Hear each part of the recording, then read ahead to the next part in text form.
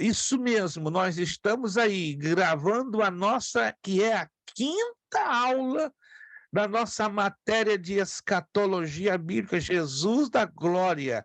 Faltam só 3, e como disse o nosso irmão Elton, nem recém-engrenamos o motor nem esquentou. Acho que quando a gente chegar na 8ª aula que o motor realmente vai esquentar. Mas vamos lá, vamos.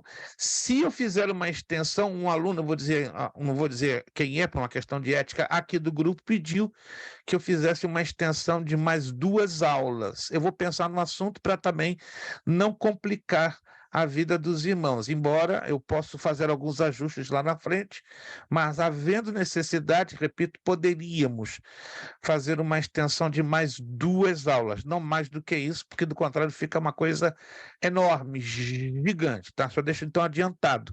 Havendo necessidade, vamos nos estender por mais 2, não mais do que 2 aulas, certo? Só para passar um pouquinho dos 5%, talvez 7 ou 8% do conteúdo que nós chegaríamos. Vamos lá então. A página de número 21, nós estamos falando da besta. Eu quero acreditar que ficou.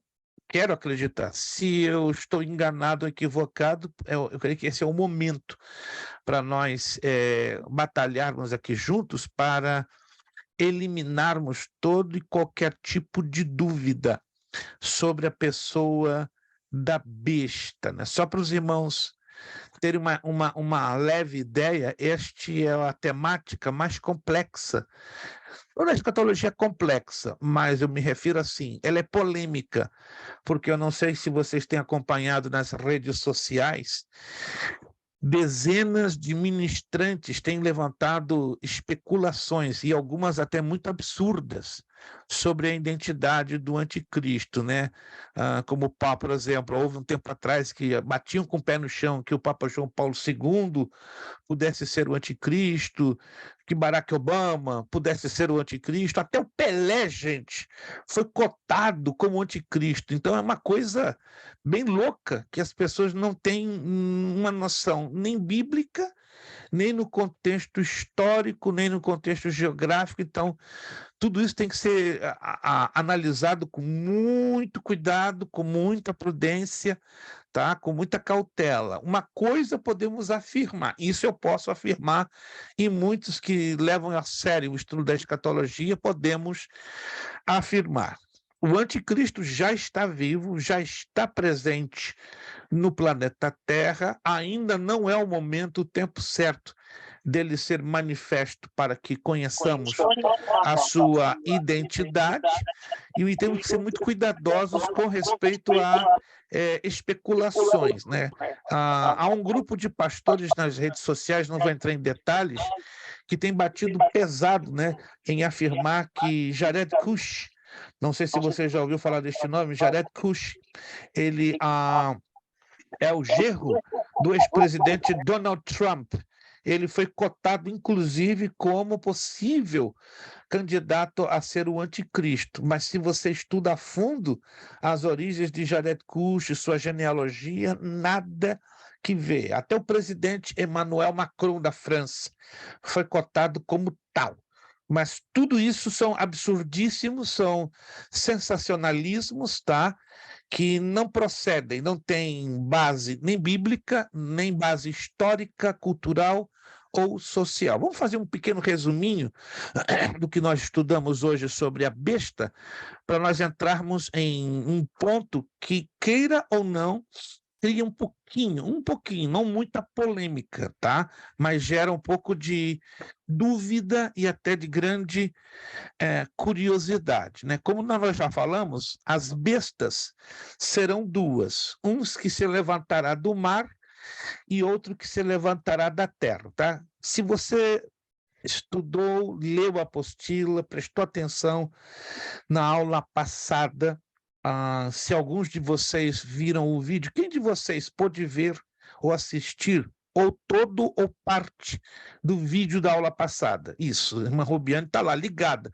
ela tem 440 volts. Irmã também Sabrina está lá, ligada com a tomada. Você não é obrigado, né, a assistir o vídeo das nossas aulas, né? Isso aí fica muito ao seu critério, ao critério do aluno.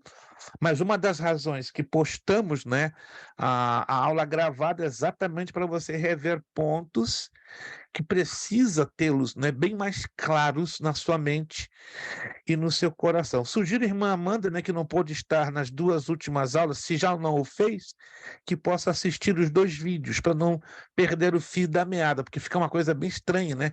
Uma vez que a irmã não pôde, por circunstância, estar presente, está hoje uma aula depois de 2, e aí fica um pouquinho perdida, é um pouco natural, porque a Eu temática assisti, pastor.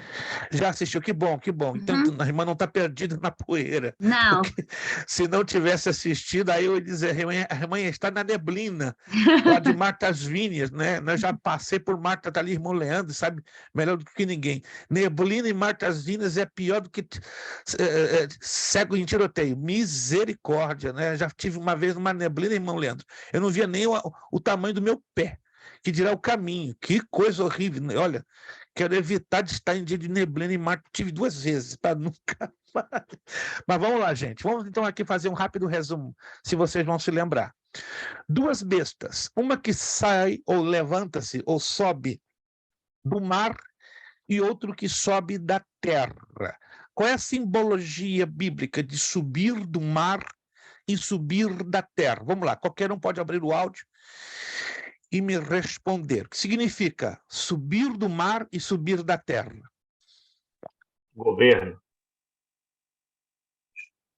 Está faltando algo. Está faltando algo. Está incompleto a definição do nosso irmão Elton.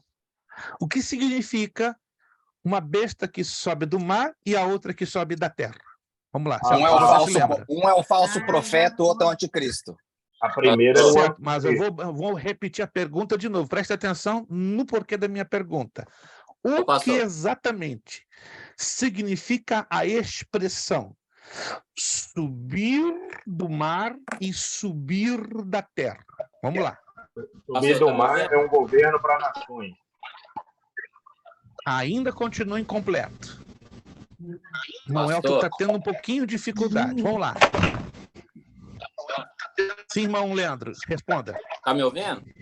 Perfeitamente. Um pouquinho baixo, mas lhe ouço. Um que vai subir de um povo e o outro de um... Como é que fala? Um que sobe do mar é de um povo, uma nação. Continua incompleto. Eu sugiro que vocês ou revejam o vídeo ou reforcem nas anotações. Ou leiam na apostila, porque na apostila está claro também. Está me ouvindo?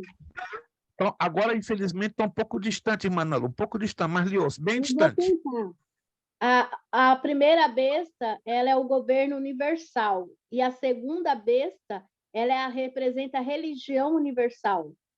Certo, vamos trocar isso em miúdos. A irmã está me explicando. Agora vamos trocar em miúdos o significado exato do que significa subir do mar e subir da terra. Tá certo, a sua definição está correta no sentido da explanação, está corretíssimo.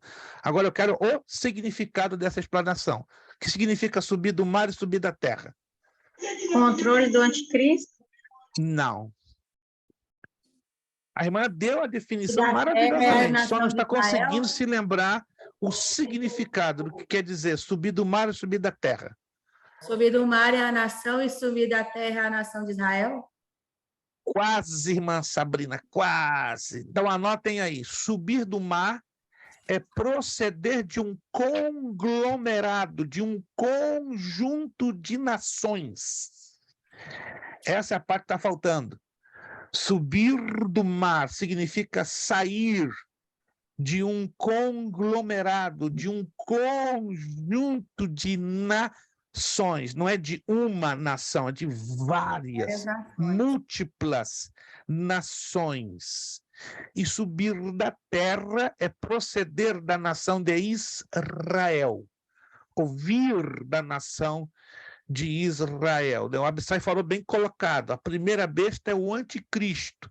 O anticristo vai sair de um conjunto de várias nações que é hoje a União Europeia. E a segunda besta, que sairá de Israel, subirá da nação de Israel, ela será o falso profeta. A primeira besta já foi colocado aqui, né? Ela vai ter o controle do governo universal, vai controlar a economia e a política. E a segunda besta vai controlar a religião e a espiritualidade do planeta. Procure não se esquecer disso. Tá? A segunda besta, o falso profeta, tudo que diz respeito à espiritualidade, religião, vai ficar no controle do falso profeta. Tudo que tange, tudo que relacionar à economia e política vai estar nas mãos da primeira besta, o anticristo. Está bem anotadinho? Procure não se esquecer disso, aqui é muito importante. Irmão Elton. Então, essa segunda besta que sai da nação de Israel, então a religião mundial se dará em Israel, então? Não necessariamente. Não. A sede da União Europeia, é só o irmão pesquisar, já está cogitada sair de Bruxelas, Bélgica, para dentro de Roma, certo? Por que Roma? Porque lá é a localidade onde está a cidade do Vaticano, certo? E aí causa muita confusão, muita gente afirmando, não, o Papa, a Igreja Católica é o anticristo. Errado. A Igreja Católica Romana vai ser um grande braço de apoio ao falso profeta e ao anticristo. A necessidade do falso profeta sair da nação de Israel para que ele seja reconhecido, aplaudido e adorado como tão esperado Messias de Israel. Olha que coisa louca. E ao mesmo tempo, o anticristo, sendo também judeu, ele vai provar do lado paterno que ele é um gentio e um islâmico. E aí ele vai ser aceito por quem? Pelos islâmicos que estão esperando o Al-Mahdi, que seria o ungido do islamismo, que eles creem, está escrito no Alcorão, que vai unificar todas as religiões do mundo e fazer com que a religião de Alá domine todo o planeta. Então, não existem coincidências com o que está escrito no Alcorão. Uma coisa bem interessante. Pouca gente entende e sabe disso. E Amanda? Pastor, deixa eu te perguntar. Então, do lado do pai, ele vai ter que ser judeu e também ser gentil. Não, vamos entrar mais em detalhes. Do lado materno, os dois, falso profeta e anticristo terão que provar a descendência materna judaica. Tá, o anticristo. Porque os judeus religiosos consideram judeu puro se a proveniência ou a origem é do lado materno. Materno. Por outro lado, do lado paterno, ele vai provar que ele é gentil, né, procedente de uma outra nação, e islâmico, certo? Mas a questão dos dois é uma chave bem interessante. Os dois terão que ser judeus, serão judeus, só que o falso profeta ele vai ter um peso muito maior de aceitação pela nação de Israel, pelo fato que ele vai sair de Israel. Já o anticristo não vai proceder diretamente de Israel, embora ele vai provar também a sua genealogia, mas o peso maior vai ser por causa da sua origem paterna como islâmico. Sim, meu irmão. Sim, Elton. Então, o anticristo será do lado materno judeu, gentil e muçulmano. Exatamente, porque do contrário é humanamente impossível a aceitação de todos os lados. Porque preste atenção, o anticristo vai se revelar num cenário muito conturbado, muito louco, aonde árabes e israelenses e gentios vão estar numa crise sem precedentes. Quando eu falo crise, eu falo não apenas de crise política, mas de crise espiritual, de crise econômica, uma crise em todos os setores. Então tem que ser um homem que reúna ingredientes e requerimentos que chame a atenção de 3 povos. Chame a atenção de judeus, islâmicos e cristãos. Vocês estão anotando? Preste atenção que esses 3 grupos representam as 3 maiores religiões monoteístas: judaísmo, cristianismo e islamismo. Isso aqui não é coincidência não, gente. Isso aqui já está tudo programado no cenário profético. Esse homem, o anticristo, ele vai ser o desembocadouro, não é, dos anelos, das expectativas monoteístas de judeus, monoteístas dos cristãos e monoteístas dos islâmicos. Não é coincidência. Só existem 3 religiões monoteístas no mundo: judaísmo, islamismo e cristianismo. E o anticristo ele vai satisfazer os requerimentos dessas 3 religiões ou desses 3 povos. Daí a aceitação dele, claro, vai ser mundial. Última pergunta e encerro, pastor. Última pergunta.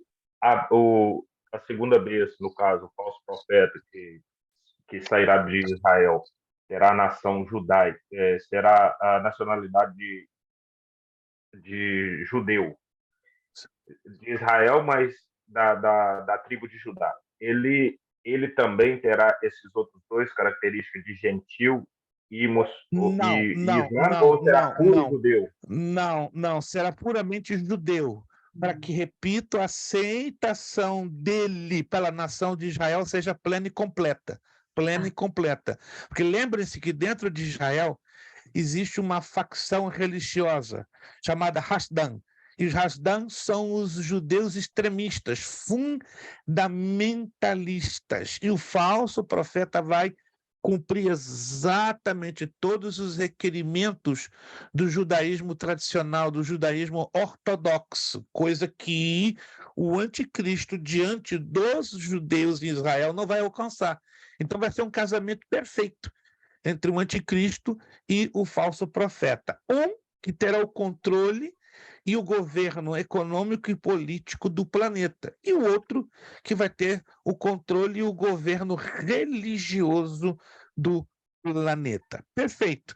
Então, esse é um resuminho, né, que trabalhamos dentro da página 20 e da página 21. Vamos a Apocalipse, capítulo 13, porque o capítulo 13 de Apocalipse, ele é a chave que nos ajuda a navegar dentro das características das 2 bestas, tanto da primeira como a da segunda. Mas eu quero trabalhar com o versículo 11 do capítulo 13 em diante, porque esse texto, por muitos, ele é mal compreendido, mal interpretado, ele é bem complexo, mas ele tem aqui várias respostas, várias, vamos dizer assim, abordagens que devemos levá-las em consideração.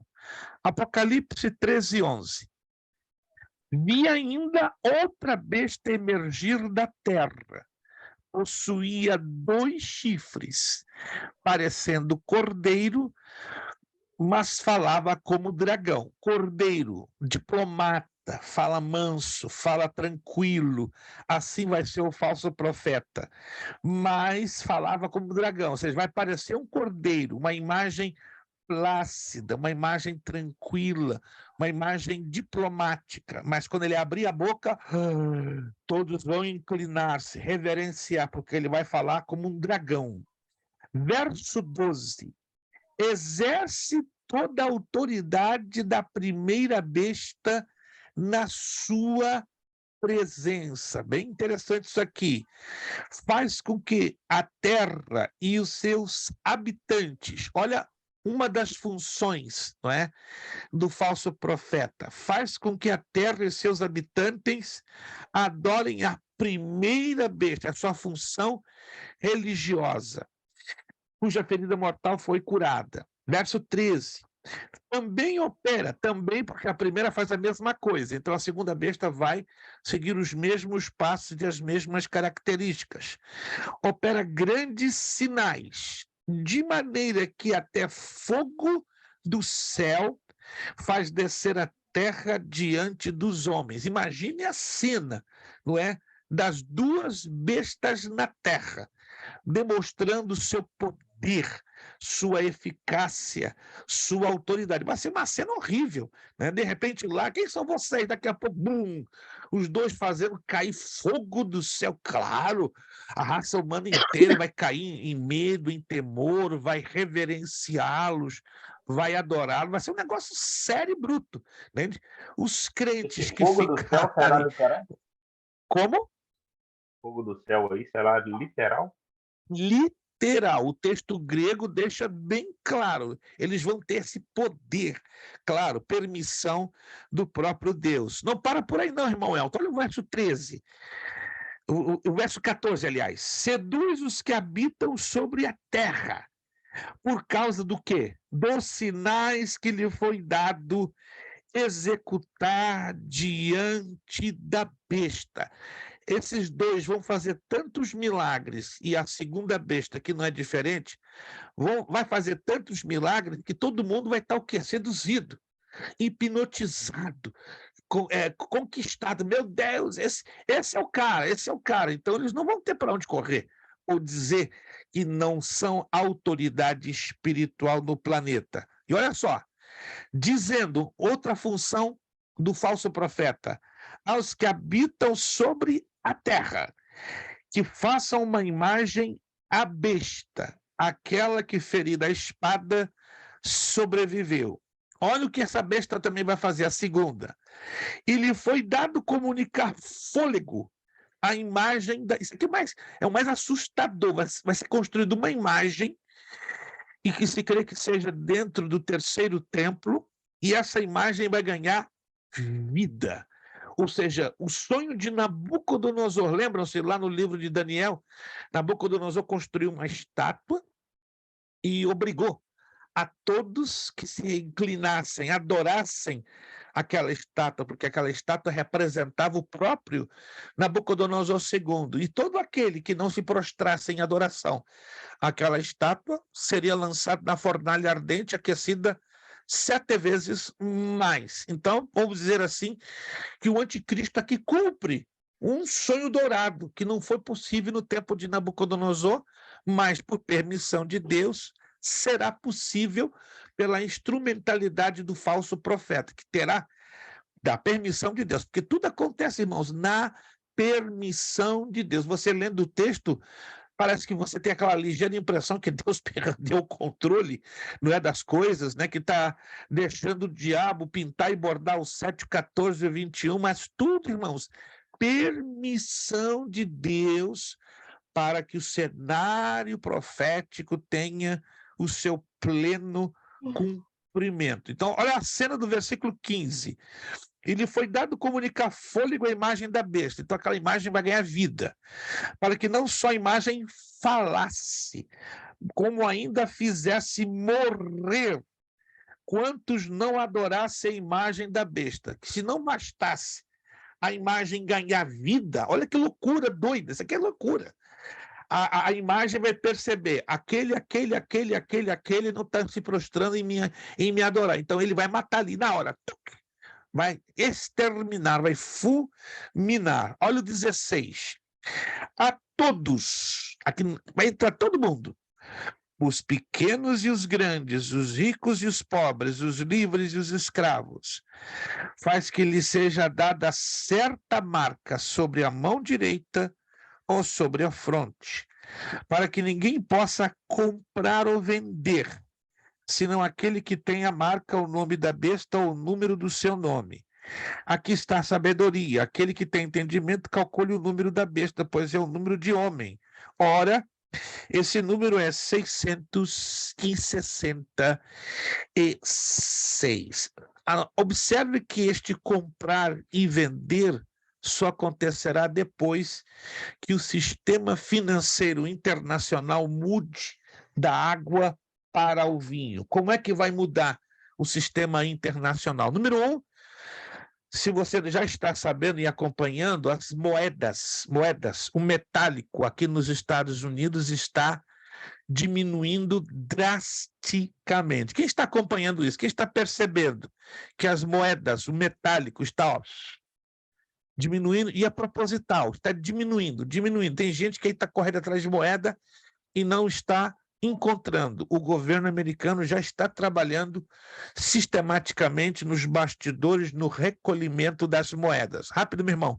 Vamos lá, irmão Elton. Pastor, isso tem tudo a ver, porque hoje em dia as coisas estão tão automáticas, você deixa os pagamentos automáticos e tudo no cartão, que você não vê cédula em mãos. É muito raro a pessoa que tem esse hábito pegar cédula em mão. Este é o segundo passo, o desaparecimento do formato do dinheiro espécie, né? O dinheiro que hoje palpamos, tocamos, né? O chamado papel moeda. Esse é o segundo passo no mundo inteiro. Não pense que é somente aqui nos Estados Unidos. Não sei se vocês já estão ouvindo falar da chamada Agenda 2030 ou Agenda 2030. Estão sabendo dessa agenda? Você entra no site da ONU, United Nations, aí você vai lá, a Agenda 2030, Agenda 2030, ó, seu queixo cai, você fica impressionado. Dentre as várias coisas que a Agenda 2030 preconiza, prega, está batendo forte na tecla, é o desaparecimento do papel moeda e o desaparecimento dos cartões de crédito e das moedas a nível mundial, ou seja, o desaparecimento do dólar americano, da libra esterlina britânica, até mesmo do euro, para que se tenha uma única moeda. Não se sabe exatamente se será definitivamente ou não o euro a moeda mundial.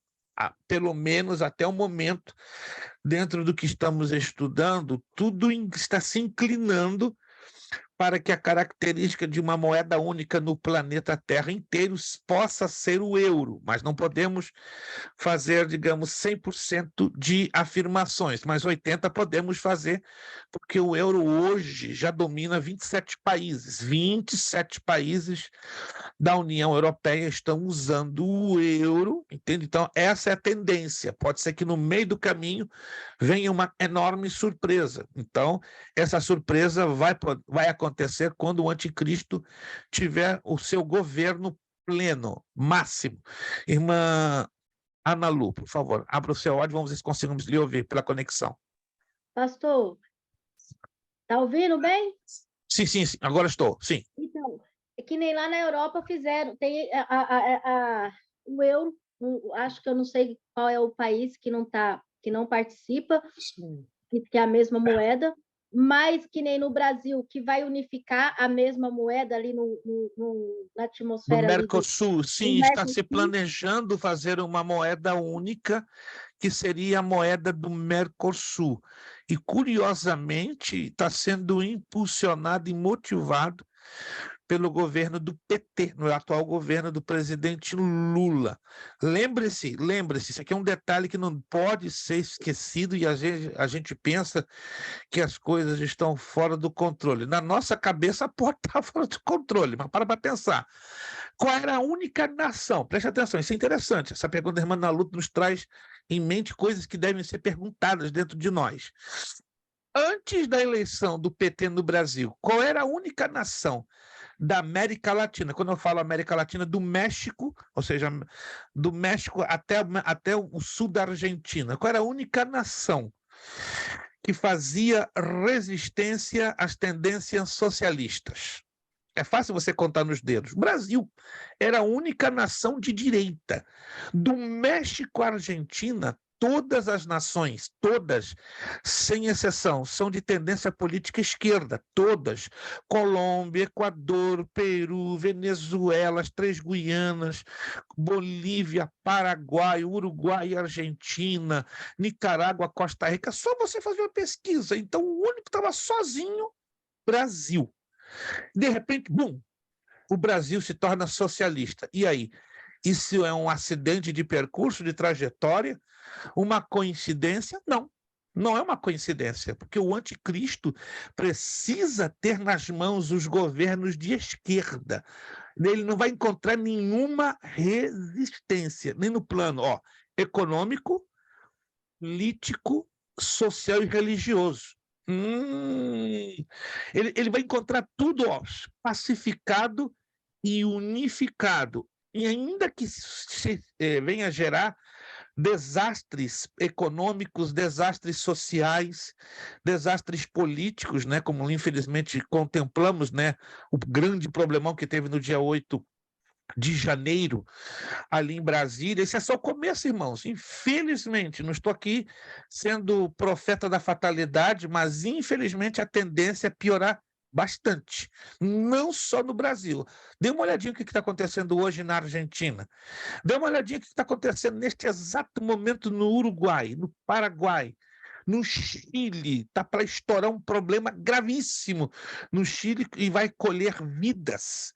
A coisa está fervendo a caldeira na América Latina, está em plena ebulição. E a questão da moeda única está sendo um elemento de distração, vamos assim dizer, para apaziguar os ânimos. Mas ela vai existir, infelizmente, porque é o plano. O anticristo precisa ter o controle da economia. Não sei se vocês estão sabendo, né? Pouco tempo atrás, há poucos dias atrás, não sei se alguém acompanhou, os 3 dignatários, Estados Unidos, Canadá e México, se reuniram numa importantíssima reunião de 2-3 dias para tratar de assuntos migratórios, políticos e econômicos. Alguém acompanhou isso?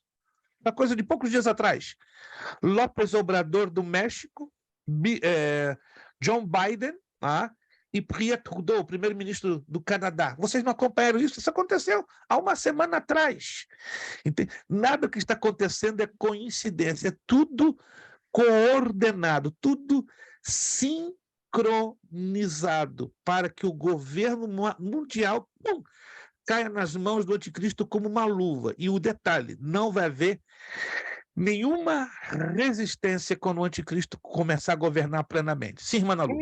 Essa ia ser minha pergunta. Se o mesmo poderá acontecer aqui nos Estados Unidos e Canadá, unificando essas moedas também. Sim, senhora. Sim, senhora. Não temos uma gota de dúvida. É só pararmos para observar que o planeta Terra ele está sendo dividido em blocos econômicos e blocos políticos. Estão me acompanhando? Então é mais fácil países no plano regional começarem a se unir na economia, na política e na religião, para que quando tudo seja entregue nas mãos do anticristo, a coisa vai fluir numa velocidade, numa precisão e numa perfeição assustadora. Antes do irmão Elton, quero levar você a Apocalipse, capítulo 17. Eu creio que você já leu esse texto, mas não ligou, não associou ao que estamos vendo hoje. Apocalipse, capítulo de número 17. Versículo 1, nós vamos batalhar em cima dessa temática, mas não vai ser hoje. Só quero dar um pequeno adiantamento e fazer um gancho do que a irmã Ana Lu acabou de abordar.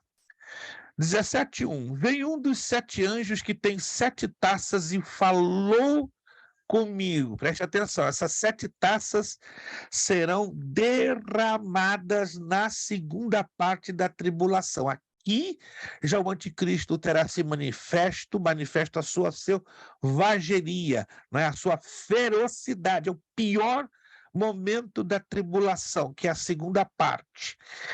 E falou comigo dizendo, vem mostrar-te o julgamento da grande meretriz, que se acha sentada sobre muitas águas. Muita atenção aqui, grande meretriz, assentada sobre muitas águas. De novo a tipologia bíblica. Meretriz fala de um sistema religioso, que é, sem dúvida nenhuma, a Igreja Católica Apostólica Romana. E muitas águas são as nações, que a Igreja Católica exerceu seu domínio, sua hegemonia. Aí você vai à história. Qual foi o único sistema religioso que por mais de 1000 anos colocava reis e tirava reis? A Igreja Católica.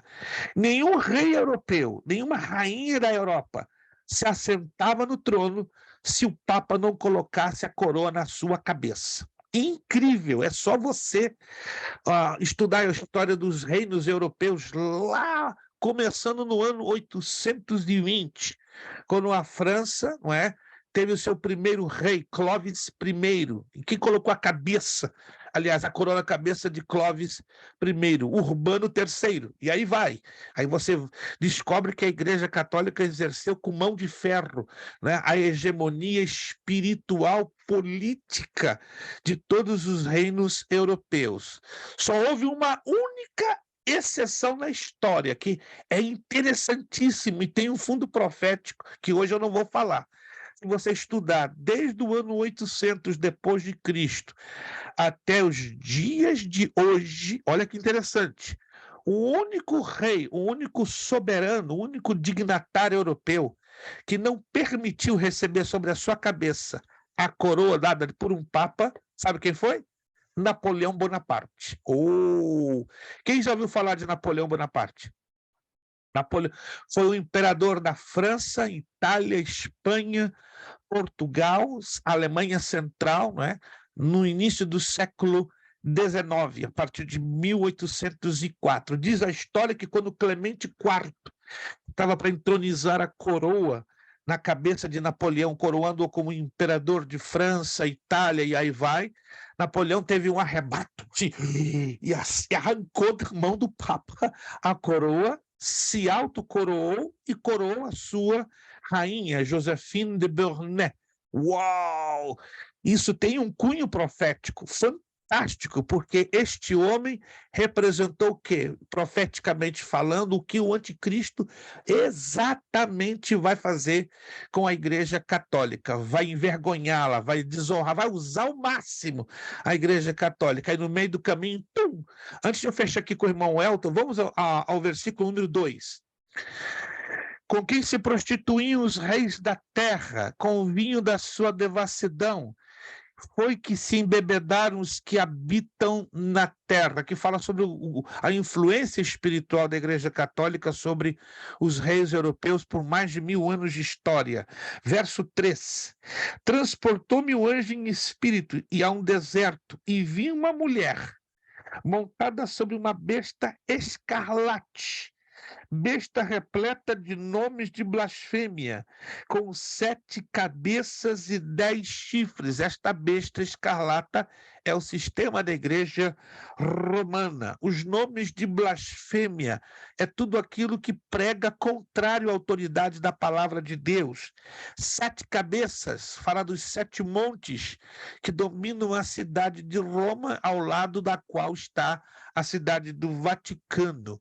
10 chifres falam de 10 nações, de 10 reis, de 10 governantes que vão trabalhar ao lado da Igreja Católica para entregar o governo pleno nas mãos do anticristo na segunda parte da tribulação. Lembre-se, aqui o cenário é a segunda parte da tribulação. Como é que eu sei? Estou falando de taças.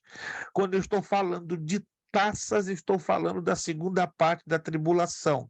Quando eu estou falando de selos e trombetas, eu estou falando da primeira parte da tribulação. Em outras palavras, a Igreja de Cristo vai presenciar o comecinho da primeira parte da tribulação. Presenciar não quer dizer vivenciar, não quer dizer experimentar. Não, nós não vamos experimentar, mas nós vamos ver, né? Vamos contemplar o comecinho, o início, ok? Mas aqui esse capítulo 17 já está dentro da segunda parte. Olha o que diz aqui, ó, verso 4. Achava-se a mulher, como é que a mulher estava vestida? Presta atenção aqui nas características. Vestida de quê? Púrpura, de escarlata, adornada de ouro, de pedras preciosas, de pérolas, tendo na mão um cálice de ouro transbordante de abominações com as imundícias da sua prostituição. Olha a descrição da igreja romana, que fantástico isso aqui, ó. A púrpura e a escarlata são as cores dos bispos e dos cardeais. E o Vaticano, se você nunca entrou no Vaticano, tem um museu lá dentro, enorme, o Museu do Vaticano, você fica louco. Como assim louco? É tanto ouro, é ouro para a esquerda, é ouro para a direita, é ouro, ouro, ouro, ouro, ouro, ouro. Da onde eles tiraram tanto ouro? Aí eu vou dar agora a resposta e você vai conferir na história. Quem já ouviu falar das cruzadas? Das famosas cruzadas. Alguém já ouviu falar das cruzadas? Se você estudar ao longo da história, a Igreja Católica empreendeu 9 cruzadas, saindo da Europa para defender a Terra Santa do domínio dos islâmicos. Mentira. Foi uma escusa, foi um argumento esfarrapado. Nas 9 cruzadas que a Igreja Católica empreendeu na Terra Santa, alegando a proteção contra os islâmicos, foi uma desculpa esfarrapada. Para quê? Para a Igreja Católica saquear toda a riqueza, todo o ouro, todas as pedras preciosas que estavam aonde? Dentro da nação de Israel. Era profético, já estava escrito que isso ia acontecer, aconteceu, e aqui João dá descrição deste sistema ímpio religioso. Versículo 5. Na sua fronte achava-se escrito um nome: Babilônia, a grande, mãe das meretrizes e das abominações da terra. É o que exatamente a Igreja Católica diz que ela é a igreja mãe. Qual é a igreja no mundo que usa a expressão madre igreja ou igreja mãe? É a Igreja Católica Apostólica Romana. Então aqui não tem erro, tá? É ela mesma, Babilônia, a grande, mãe das meretrizes e das abominações da terra. Lê comigo o verso 6. Então vi a mulher embriagada com o sangue dos santos e com o sangue das testemunhas de Jesus. E quando a vi, admirei-me com grande espanto. Se você não sabe, a Igreja Romana, através da Inquisição espanhola, da Inquisição alemã, através das perseguições perpetradas aos espanhóis em 1492, aos judeus espanhóis, o Holocausto, enfim, se você não sabe, o Holocausto teve uma coisa louca. Foi um total de mais de 150 milhões de pessoas mortas pela Igreja Católica, quase o dobro dos mortos da Primeira e Segunda Guerra Mundial. Está aqui, né? A Igreja Católica ela tem sido a praga política e social ao longo dos séculos. Verso 7. O anjo, porém, me disse: por que te admiraste? Dir-te-ei o mistério da mulher e da besta que tem as 7 cabeças e os 10 chifres e que leva a mulher. Verso 8. A besta que viste, e era e não é, está para emergir do abismo e caminha para a destruição. E aqueles que habitam sobre a terra, cujos nomes não foram escritos no livro da vida desde a fundação do mundo, se admirarão vendo que a besta que era e não é, mas aparecerá. Aqui está o sentido, verso 9. Quem tem sabedoria? As 7 cabeças são 7 montes. Roma repousa sobre 7 colinas, nas quais a mulher está sentada, sistema religioso do Vaticano. E também são 7 reis, dos quais 5 caíram, um existe, e outro ainda não chegou, e quando chegar tem de durar um pouco de tempo. Verso 11. E a besta que era e não é, e também ele é o 8º rei, e procede dos 7 e caminha para a destruição. Presta atenção aqui os versos 12 e 13. Os 10 chifres que viste são 10 reis, 10 nações, os quais ainda não receberam reino, ou seja, não têm um poder completo, mas recebem autoridade como reis com a besta durante 1 hora. Esta 1 hora fala de 7 anos. Então a União Europeia está aqui presente na pessoa de 10 nações, 10 reis, Coincidência ou não, isso não é coincidência, isso é planejamento divino. A União Europeia nasce em 1953, com quantas nações? 10. E ela vai fechar com 10 nações, entregando o reino ou poder nas mãos do anticristo. Versículo 13.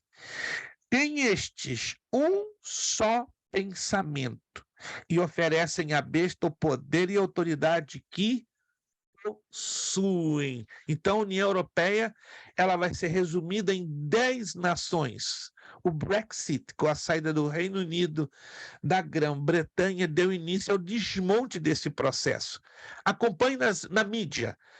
Hoje, quais são os países que estão cogitando a saída da União Europeia? Já te digo: Holanda, Bélgica, Itália, Espanha, Alemanha e Grécia. Uau! Se esses países saem de uma só vez, desmonta e arreia, quebra a Europa inteira. Então a Europa vai naufragar. Mas antes que a Europa naufrague, aqui naufraga primeiro. O quê? Os Estados Unidos primeiro naufragam primeiro, depois naufraga a Europa. O anticristo, então, vai pegar o planeta em migalhas, totalmente dilacerado. Quanto tempo isso vai ocorrer? Não sabemos. Pode ser uma fração de semanas, de meses, ou até de alguns poucos anos. Mas o processo, se você não sabe, já está em andamento. Alguém tem ideia de quanto já está projetada a inflação do mês de janeiro aqui nos Estados Unidos? Alguém já leu alguma coisa? Já tem alguma ideia? Leve. Porque ainda estamos no dia 17 de janeiro, mas já estão lançando projeções. E as projeções são assustadoras. Alguém já leu alguma coisa? Ninguém? 18%. 18% são as projeções para a inflação do mês de janeiro. A de dezembro, se você não sabe, foram 13%. Na Europa, a projeção para o mês de janeiro é de 23%. Isso pegando todos os países da União Europeia. No mês de dezembro, foi 19%. A coisa está tomando um processo galopante e exagerado. E muita gente dizendo, vai melhorar. Não vai melhorar. Muito pelo contrário. Vai piorar e muito. Mas o que nos conforta, o que nos sustenta é que a igreja está ancorada na esperança em Cristo Jesus. Aconteça o que aconteça neste planeta, a igreja, a semelhança dos israelitas ali no norte do Egito, que vendo o Egito inteiro sendo naufragado nas 10 pragas, lembre-se, 3.600.000 israelitas não foram atingidos por nenhuma das 10 pragas, embora estando no Egito, eles foram o quê? Protegidos. Irmãos, ainda que esse planeta vire de cabeça para baixo, você creia ou não, ainda tem um povo aqui na terra, aleluia, que faz a diferença, para que a palavra de Malaquias se cumpra. Naquele dia se verá a diferença entre o justo e o injusto, e o que serve e o que não serve a Deus. E agora, irmãos, é agora que vai ficar claro quem serve e quem não serve, quem é justo e quem não é justo. O negócio vai esquentar, mas que esquente, porque quem é justo vai permanecer firme como justo, né? Quem é fiel vai ficar firme e fiel, e quem não é, vai ficar também bem claro e bem definido. Irmão Helder, o áudio fechadinho. Pastor, no primeiro versículo aqui, as muitas águas são nações. Essa profecia, essa prostituta assentada sobre essas águas seria a igreja romana? 100%. 100%. O poder, a influência que o Vaticano tem sobre as nações é gigante, irmão. Até mesmo sobre as nações não católicas existe uma influência política fortíssima. O Estado do Vaticano é um Estado político, não é um Estado religioso.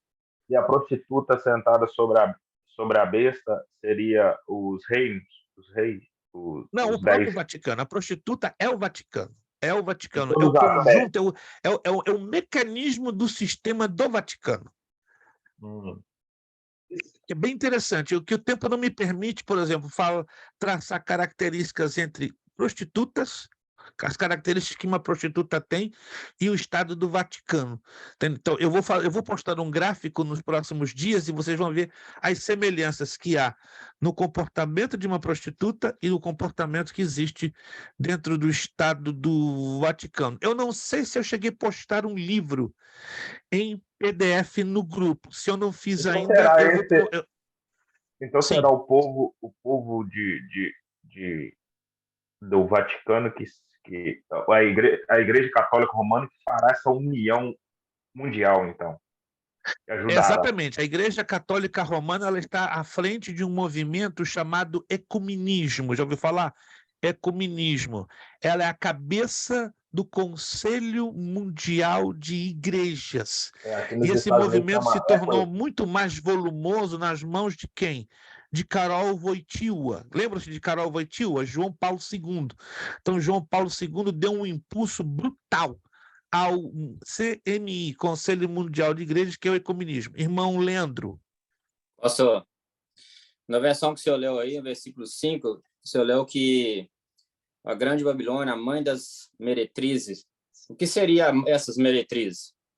Prostitutas. A palavra prostituta e Ok. meretriz tem o mesmo O que seria significado. prostituta no nosso dia, então? Como entender? As mulheres que vendem o seu corpo por dinheiro. Eu sei, pastor, mas assim, eu sei que é simbólico, mas não é simbólico isso, não? Prostituta pode ser Não. alguma outra Aqui a religião, Igreja no caso? Católica, a Igreja Católica, na verdade, se o irmão for lá na história, da onde ela veio? Ela veio de um grupo de cristãos que se apostataram, se desviaram da fé, certo? O imperador Constantino, em 313 depois de Cristo, estava estabelecendo uma batalha pesada contra um grupo de bárbaros. E ele estava, vamos dizer assim, com a sua popularidade lá no buraco, lá embaixo. Então, Constantino inventou uma história, isso é invenção, mas muitos adeptos da Igreja Romana tomam isso como uma verdade. Ele começou a gritar em pleno campo, eu estou vendo uma visão. Aí ele levantou o dedão para o ar e todos os seus soldados que estavam com a moral lá embaixo olharam para o céu e ele começou a gritar em latim. Octus signus existu vincita. Com este sinal tu vencerás. E aí perguntaram, com que sinal, imperador? Vejo no céu uma cruz em fogo. Eu vou ordenar que vocês imprimam, né, costurem nas vestimentas de vocês, soldados, uma cruz em vermelho, porque nós seremos vencedores por causa desta ordem que eu estou recebendo lá do alto. E aí todos entenderam que Constantino estava sendo como chamado a ser um apóstolo da vitória sobre aquele grupo de bárbaros. E numa questão de 2, 3 dias, se costuraram dezenas e centenas de cruzes nas roupas dos seus soldados e, acredite se quiser, eles venceram os bárbaros. A partir daí, Constantino chegou à conclusão que ele tinha muito poder de carisma, né? Muita influência. E aí se aproximaram dele um grupo de cristãos que estavam cansados de serem perseguidos pelos anteriores imperadores romanos. Aí Constantino fez um pacto com eles: eu paro de perseguir vocês a partir do momento que vocês aceitem adorar os nossos deuses nos cultos de vocês. Ora, Constantino sabia com quem estava falando. Ele estava falando com um grupo de cristãos desviados, apostatados da fé. E aí ele conseguiu seu segundo golpe político. Então, o que ele fez? Ele pegou aquele grupo, certo? Criou uma espécie de conselho que o assessorou espiritual e religiosamente. 15 anos depois, foi feito o concílio de Nicéia II, que houve 2 concílios, né? O de Nicéia I e o de Nicéia II. E o concílio de Nicéia II, resumidamente, foi Constantino impondo a união do paganismo greco-romano com a igreja cristã. Daí o apóstolo Paulo ganha o nome de Júpiter, não é? A Virgem Maria ganha o nome de Semíramis. Então, todos os santos conhecidos da Igreja Católica Romana é a junção dos deuses da antiga Babilônia, reverenciados pelos gregos e pelos romanos. Aí começou que a prostituição da fé, por causa daquele grupo de cristãos que não estavam mais aguentando a perseguição e aceitaram, né, venderem-se. Essa é a razão, então, que a Igreja Católica é chamada de prostituta, de meretriz, que ela corrompeu a pureza, não é? Na verdade, ela se aproveitou, né, de um estado de fragilidade e de falta de firmeza na fé, e eles cederam a proposta de Constantino, que não é diferente, né? Nos dias de hoje. Estamos vendo hoje igrejas se inclinando para Satanás, para o mundo, estamos vendo misturas. Então, Constantino deu simplesmente o pontapé inicial. Irmão Elton, rapidinho, porque eu tenho que avançar um pouco, eu tenho que avançar. Pastor, então, através dessa visão de Constantino, o que acontece aí que nessa unificação, o que aconteceu foi que eles poderia se dizer que no período da grande tribulação, esse governo de paz do anticristo, eles pensarão, a Igreja Católica trabalhará como se ele fosse o Messias que eles esperavam ter vindo, pelo fato de colocar ele como o único, porque até então a Igreja Católica era muito maleável em todos os tipos de seita e doutrina. Sim. Você chega lá na Igreja Católica, você pode estar embriagado, você toma hóstia, você toma ceia, adora os deuses deles. Vale tudo, eu vale tudo. Depois de Constantino, eles separaram um pouco a Igreja Católica que nós conhecemos hoje, mas aceita tudo. Então, quando aparecer esse anticristo, será que o povo, a Igreja, para colocar esse como anticristo, como eles irão pensar que ele é o Messias e unificará ele como o único Deus da Igreja e tal? Sem dúvida. Por isso que ele vai ter aceitação mundial, Eu vou postar no grupo, se eu não postei ainda, eu vou postar no grupo um livro, preste atenção. Se você não lê esse livro, tem alguma coisa errada. O livro chama-se Babilônia, Ontem e Hoje, Pastor Abraão de Almeida. Este livro dá toda a base do governo do anticristo através da antiga Babilônia. Ele é muito interessante, ele fala da onde veio a Igreja Católica desde as suas origens e as outras seitas que se derivaram da Igreja Católica, que na verdade que vieram lá da antiga Babilônia. Se eu não postei, fique atento que hoje mesmo eu vou estar postando. Eu quero fechar aqui Apocalipse 12:12, para a gente voltar aqui com os gráficos.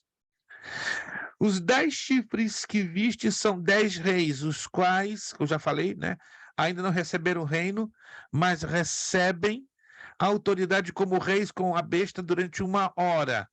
Todos estes têm um só pensamento e oferecem à besta o poder e a autoridade que possuem. Nós vamos postar o nome do livro, tá? Para que ninguém se equivoque, para que ninguém se engane, tá? Ele estará no formato PDF. Aí você, por favor, é um livrinho pequeno de um pouco mais de 100 páginas. Vamos voltar aqui para a apostila? Alguém tem mais alguma pergunta dentro do assunto? Vamos ficar focados no assunto. Eu sei que tem muitos desdobramentos para a esquerda, para a direita, mas vamos fazer um esforço para estarmos no foco, não é? No centro da temática, porque eu repito, eu sei que se abre, o leque abre demais, mas vamos lutar, vamos batalhar para manter o foco. Alguém tem alguma pergunta dentro do foco da matéria ou da abordagem que estamos fazendo? Faça essa pergunta agora. Por enquanto, está tudo certo? Por enquanto? Maravilha. Página 21. O sinal da besta. E fez que a todos, pequenos e grandes, ricos e pobres, livres e escravos, lhes fosse posto um sinal na mão direita, olha que interessante, na mão direita ou na fronte, para que ninguém pudesse, não é? Tá ali, obrigado, irmã Ana Lu. Irmã Ana Lu já postou o livro, tá? Na verdade, ela postou a capa, né? Que eu acredito que o livro tem em algum lugar aí no grupo. Se não estiver, eu vou voltar a repostá-lo. Mas está aí, ó, a capa do livro, Babilônia Ontem. Obrigado, irmã Ana Lu, pela grande bondade e gentileza, né? Mas se o livro não está aí, a gente vai trazer o livro e você vai tê-lo no formato PDF. Ok, vamos lá. Eles fossem posto um sinal na mão, na fronte, para que ninguém pudesse comprar ou vender, senão aquele que tivesse o sinal, o nome, a besta, ou o nome da besta, ou o número do seu nome.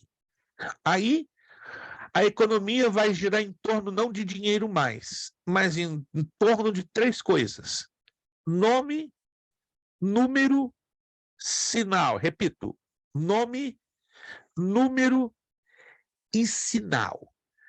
Já sabemos o número e já sabemos o sinal, mas não sabemos ainda o nome.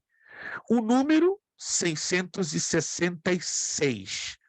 O sinal, código de barras. Como é que é?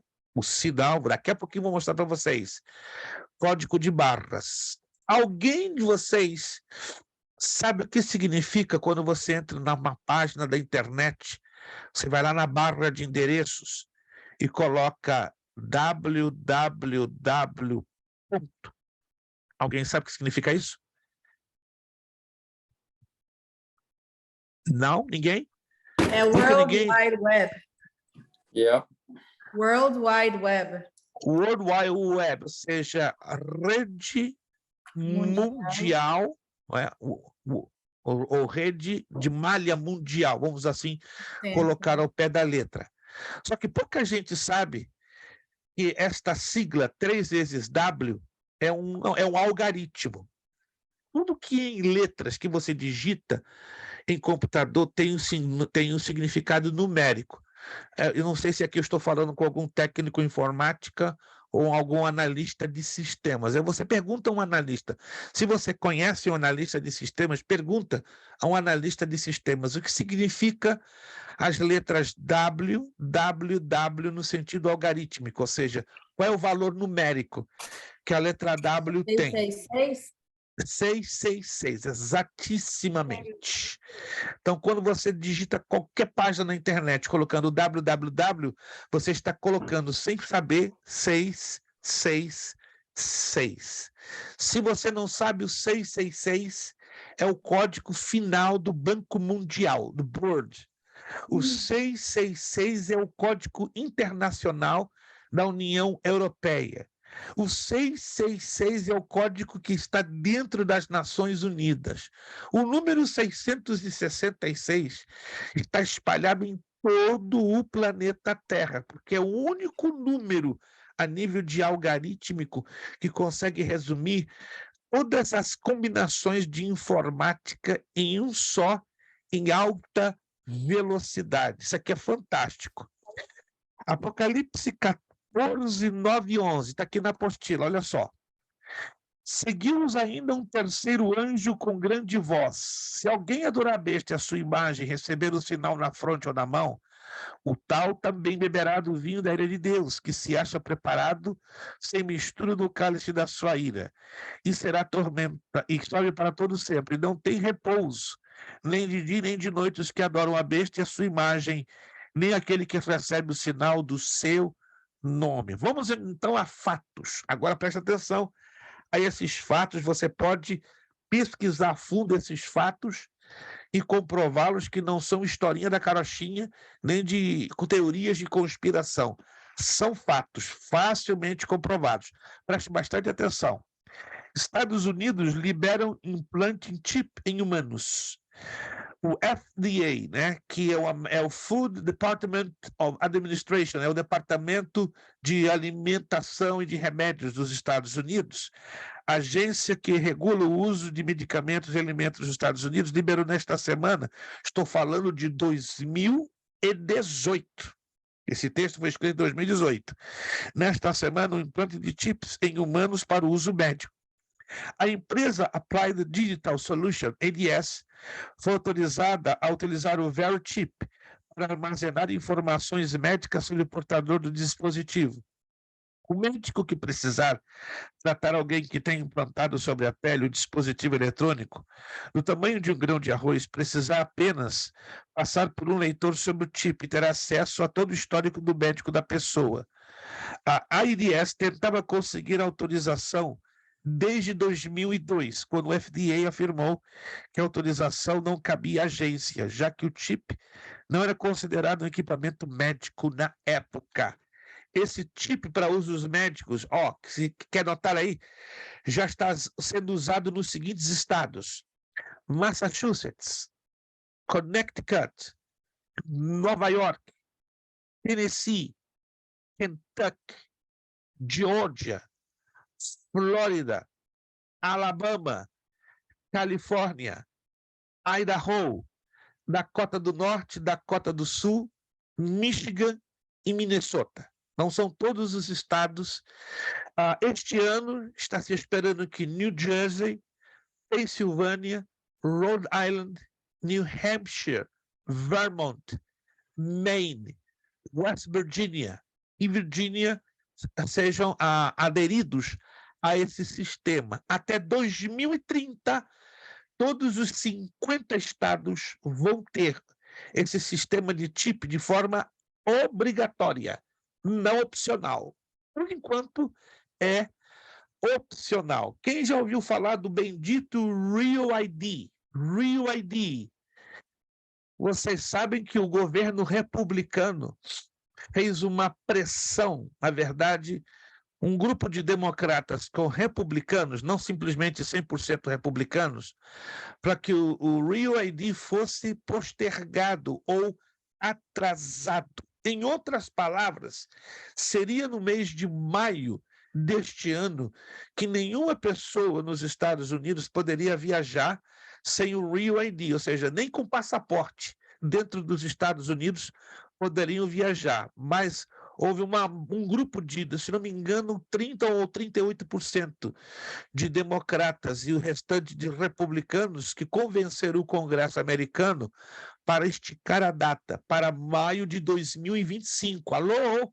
Então, o Real ID vai entrar com força em maio de 2025. Isso quer dizer o seguinte: a partir de maio de 2025, eu não viajo nos Estados Unidos só com passaporte, não. Eu vou ter que ter um documento de identificação. Aí vem a pergunta: o imigrante indocumentado que não pode ter o Real ID, ele vai poder viajar de avião? Resposta: não. Estão percebendo? O cerco vai apertar. Então vai ter aquele volume gigantesco de pessoas que vão viajar de carro ou de ônibus. Mas não sei se vocês sabem, a companhia de trem americana, a Amtrak, já está fechando o cerco. No final deste ano, a Amtrak já vai exigir, através de um mandato de segurança, com que os seus passageiros viajem com ID. E não mais com passaporte. O negócio está ficando super complicado. A tendência é o controle. O governo americano tem que fazer um controle populacional e vai ter uma anistia. Olha que coisa estranha. Vai haver uma anistia migratória, mas é uma faca de dois gumes. Vai beneficiar, por outro lado, os imigrantes, mas, por outro lado, vai fazer uma seleção, tá? Para eles serem plenamente controlados pelo governo do anticristo. O negócio está ficando bem curioso, bem complicado, bem difícil, irmãos. É como diz aquele ditado, já ouviram falar um ditado lá dos anos 80? Se ficar, o bicho pega, se correr, o bicho come. Não vamos ter saída, gente. A única saída vai ser para onde? Para lá. Por incrível que... Irmãos, eu não estou trazendo alarme e nem sensacionalismo. Estamos trabalhando com fatos. O que está acontecendo hoje e o que lemos na palavra de Deus. Irmão Elton, por favor. Levantou a mão pedindo ali há um tempo? Ou não? Se irmão Elton não tem nada a falar, então vamos lá. Põe o outro screen geral. Para de ficar brincando com isso. Pastor. Tá com não. Abissai tem a palavra. Por favor, Abissai. Tá. Dentro desse contexto, o sinal da besta não será visível? Pode ser que ele não seja visível? Vou repetir. O sinal já existe. É o código de barras. Não. Implantado na mão implantado na fronte ou na mão? Isso, quando a Bíblia fala que ele vai ser posto na mão ou na fronte. Isso, aí ele vai trabalhar como imposição. Hoje ele não é uma imposição. Hoje ele está trabalhando de uma forma altamente natural para realizar o controle de mercadorias e até mesmo de pessoas. Mas na tribulação ele vai funcionar com uma imposição. Ninguém vai comprar, ninguém vai Não, vender. sim, eu entendi esse ponto. Mas eu digo assim, ele será visível a todos ou não? Porque o chip é implantado na pele. Esse chip está sendo usado aqui é implantado na pele. Ou seja, eu não vejo se o senhor tem ou não. Certo. Hoje ele é visível. Acredita-se pelo contexto, lendo o texto, que ele não será visível pelo fato que ele vai ser o quê? Implantado. Mas hoje o sinal já se sabe. É o código de barras. É como aqui, um exemplo, né? Eu coloquei o chip, está aqui dentro e está ele lá dentro. Mas eu não estou vendo. Por quê? Porque ele está implantado. Mas eu sei que lá dentro está o chip e está o códigozinho de barras. Que no momento que o camarada for passar aquele scanner, ele já me identifica, ou aqui ou aqui. Então, hoje ele é visível, mas quando ele se torne uma imposição, 100% certo que ele não será visível pelo simples fato que ele vai ser implantado. Não se esquecendo também que vem o nome, né? E esse nome ainda não sabemos do que se trata. Pode ser o próprio nome do anticristo, né? Há uma tese que o pastor John Hagee e Tim LaHaye, que são os dois maiores escatologistas americanos, acreditam que o nome do anticristo estaria impresso no chip, né? Que hoje é o 666, né? Vou mostrar para vocês em seguida como é que funciona o sinal conjugado com o número. Deixa eu já mostrar a vocês aqui. Pastor, Sim, por favor. enquanto o senhor mostra aí, eu tinha entendido que seria esse número e o código e o chip, eles estariam todos em um só. Dentro Não. do chip já está o número, já está tudo e ali já é implantado, ou na mão ou na testa. Vamos lá aqui. Esse é o Universal Product Code, que é o chamado Código Produto Universal. Tudo que você compra hoje no planeta Terra inteiro, com raríssimas exceções, vai trazer esse sinal. Agora, veja que interessante. Nós temos um conjunto de números, algarismos. O número que está na esquerda, na extrema esquerda, é o dígito do sistema do conjunto de números. O último número é o chamado dígito de identificação. Os números que estão no meio, que são 5 e 5, tratam-se do código ou do fabricante, do lado esquerdo, e o código do produto. Agora, analise comigo. Debaixo de cada barra que você está vendo, quando estão vendo, gente, as barras? Estão todos vendo com nitidez? Observe que debaixo de cada barra tem um número, correto? Sempre seguido. Mas se você olhar com muita atenção, isso eu me enviei no slide, tem 3 barras que não tem número, que é a barra da esquerda, do meio e da direita. E aí está o 666.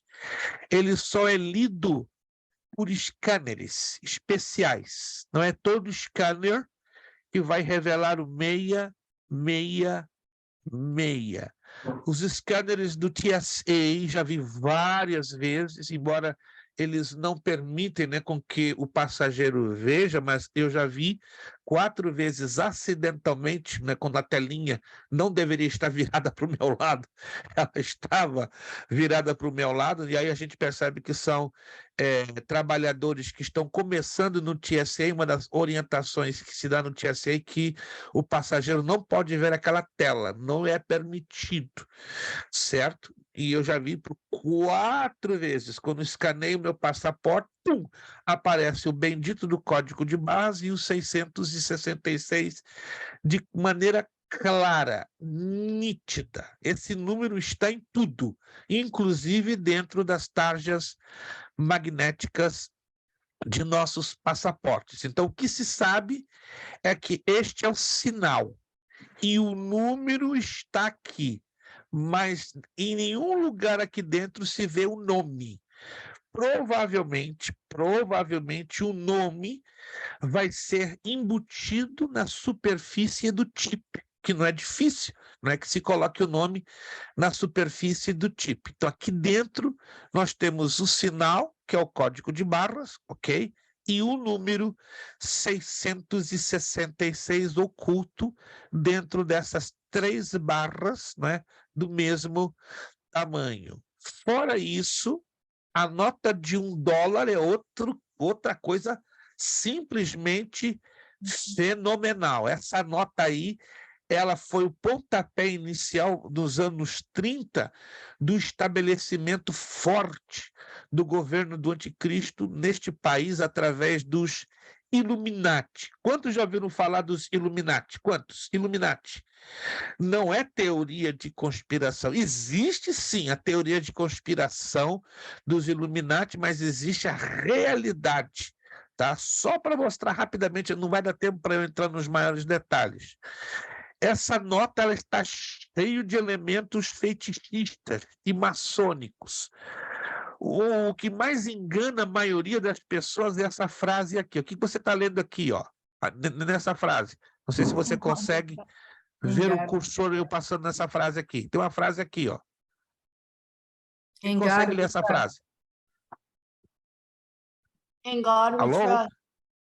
Em God we Deus nós trust. confiamos. A tradução, se você ler no inglês, qual seria a tradução dessa frase? Em Deus confiamos. Mas vocês sabem que isso aqui é um anagrama, não é é uma mensagem subliminar. G-O-D. Não, aqui não é Deus, God. Essa é uma sigla em latim. Grande Orientum Deum.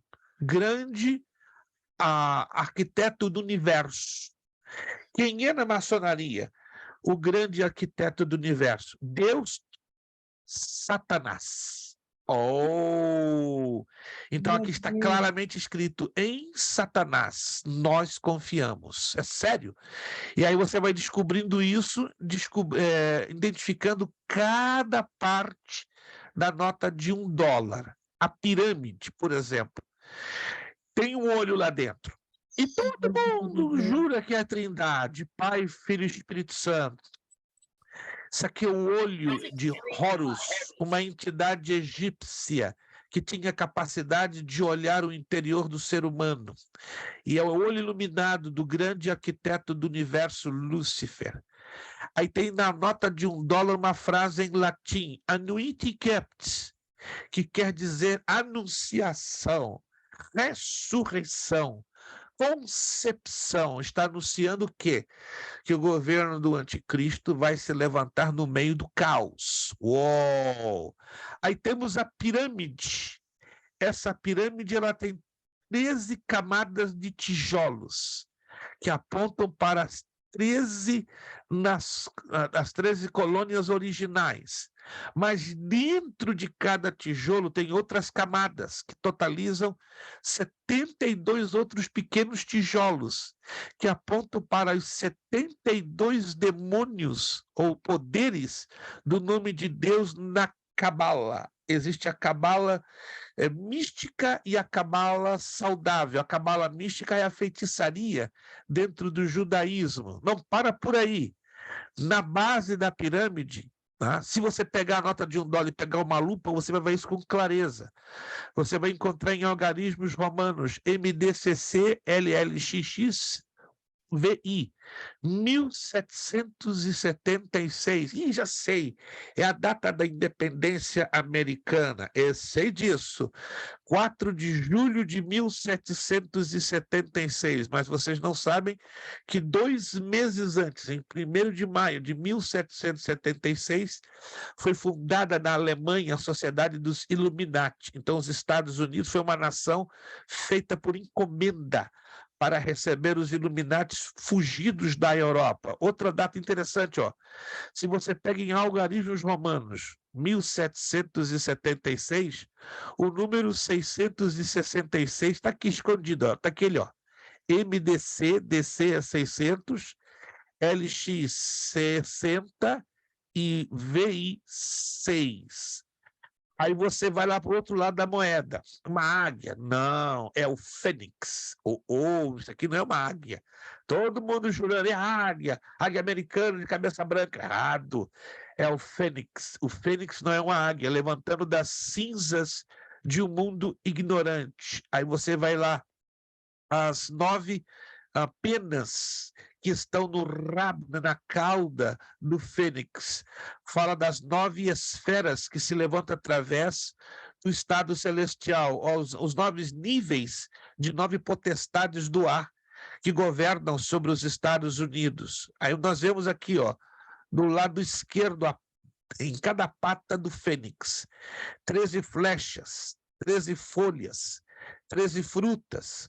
São os diferentes poderes possuídos pelas 13 colônias. Quem não sabe dessa história, quando os Estados Unidos foi levantado com 13 colônias, cada colônia tinha um demônio, uma potestade, um principado que passou a governar sobre cada um deles. Aí nós temos as estrelas, são 13 estrelas iluminadas, representando, né, as 13 colônias ou os 13 demônios ou principados que passaram a governar espiritualmente sobre os Estados Unidos.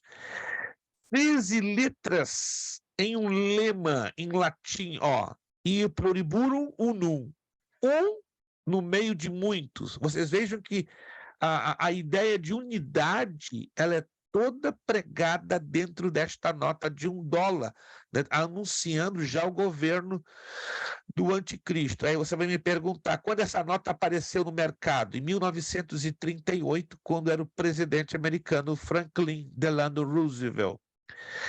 O tempo não me permite, né? Mas só para você ter uma ideia, você pega uma lupa de aumento superior a 20, vai lá em cima no cantinho da nota de $1, ó, onde está o número 1. Aí você vai encontrar o desenho de uma coruja. Sério? Sim, e a coruja é o símbolo dos Illuminati.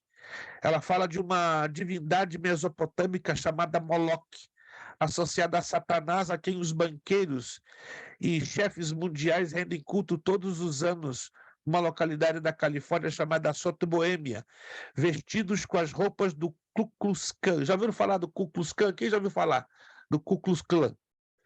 Eles usam um tipo de uma máscara pontiaguda, vestem-se de branco como fossem sacerdotes católicos, e eles são altos perseguidores dos negros e dos judeus. Acredita-se que foi a Ku Klux Klan que matou a Martin Luther King e a Bob Kennedy, o presidente, o candidato, né, à presidência na época, Robert Kennedy, em 1968, e também o próprio presidente JFK, John Fitzgerald Kennedy, em 1963. Aqui é que eu estava falando para vocês, a simbologia da pirâmide e do olho, depois uma visão mais próxima da nova ordem mundial, Novus Ordem Secularum. É interessante isso aqui, mas hoje eu não tenho como entrar nos detalhes, só para você saber. Olha lá, pluriburus unum, um no meio de muitos, certo? E muita gente pensando que isso aqui é uma águia, mas não é, é o fênix.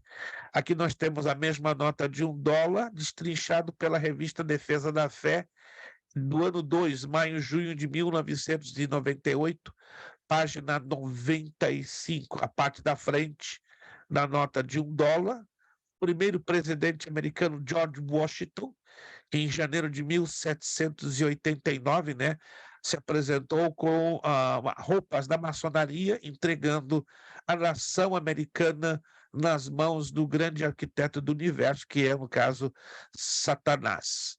Tá? Eu não vou ler o restante sobre a questão da implantação dos chips, então que você leia essa informação. Vamos virar a página 23, a tribulação. Vamos dar uma rápida introdução sobre a tribulação. Deixa eu pegar aqui os slides da tribulação, que isso aqui precisa ser bem entendido. Perfeito. O que vai acontecer a tribulação? Muita gente se pergunta, qual é o objetivo da tribulação.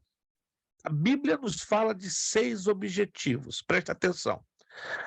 A grande tribulação tem que ser considerada na óptica dessas 6 visões. Primeiro, quanto à igreja. Após o arrebatamento, até se completar o tempo dos gentios. Então, a tribulação ela tem que ocorrer para que se cumpra um projeto de Deus sobre a igreja, embora a igreja não vá entrar e nem participar. Quanto à salvação, a tribulação vai ser uma espécie de peneira, porque vai ser salvo uma multidão de todas as nações. Está ali, ó, Apocalipse 7, 9 e 17. Quanto à gravidade de tal severidade, em nenhum período da história passada nem futura poderá igualar-se a ela. Então, nunca mais vai haver um período tão angustiante comparado à tribulação. Quanto ao tempo, um período abreviado por causa dos eleitos, porque de outro modo ninguém se salvaria. Quantos de vocês já ouviram há poucas semanas, a NASA divulgou uma reportagem fantástica, né? Está comprovado que os dias no nosso planeta estão mais curtos. Em outras palavras, o planeta passou a rodar mais rápido, fazendo com que os dias se tornassem menores. Alguém está sabendo dessa informação, dessa notícia, ou não? A Angelina está ligada. A Angelina está com a tomada não sei aonde, em 880. 110, 220 é pouco. A NASA já divulgou há quase 3 meses atrás, 3, 4 meses, que a rotação do nosso planeta, que era 23,53 quilômetros por minuto, está agora em 31,20. Uau! Aumentou 5 quilômetros por minuto. Isso quer dizer o planeta está rodando mais rápido, fazendo com que os dias se tornem menores. Está se cumprindo ao pé da letra Mateus 24, 22. Quanto a Israel, um período chamado de angústia de Jacó, um juízo sobre Israel pelo fato de ter rejeitado o Messias. Então, Deus vai tratar com a nação de Israel, ou seja, o remanescente, o sobrevivente da nação de Israel, no período da grande tribulação. E quanto às nações? Um período de juízo sobre as nações devido ao seu pecado e rejeição a Cristo. Vamos lá. Só para você entender o livro do Apocalipse. Ele é um livro difícil, por quais razões? É um livro que fala de 7 igrejas, 7 selos, 7 trombetas e 7 taças. Vamos lá, eu quero dar ponto. Qual é a base bíblica da origem do número 7? Tem uma explicação. E já falamos nessa aula passada e está escrito na apostila. Só que você não vai pegar a apostila. Porque aí seria bandeja na mão, né? Vamos lá. Qual a origem bíblica do número 7? Eu quero dar 50 pontos. Vamos lá. O primeiro que joga aí. Uma interferência aí que não, e parece que alguém falou em mistério. Número da perfeição. Não. E a origem? É da perfeição, mas tem uma origem. Tem uma combinação. É só isso? Não. É o número da perfeição, eu sei. Mas eu quero saber a origem do número 7. A origem seria a criação, pastor? O dia que Deus descansou? Não. Seria a criação ali, quando o Senhor fez a criação e no 7º dia descansou, 6 dias, no 7º dia. 7 promessas de Abraão. Repete a pergunta. Qual a base que dá, ou que deu a origem bíblica do número 7? A da apostila, vocês esqueceram. As 7 promessas de Abraão? Não, olha, estão batendo bola pesado nas traves. Gente, tá na apostila.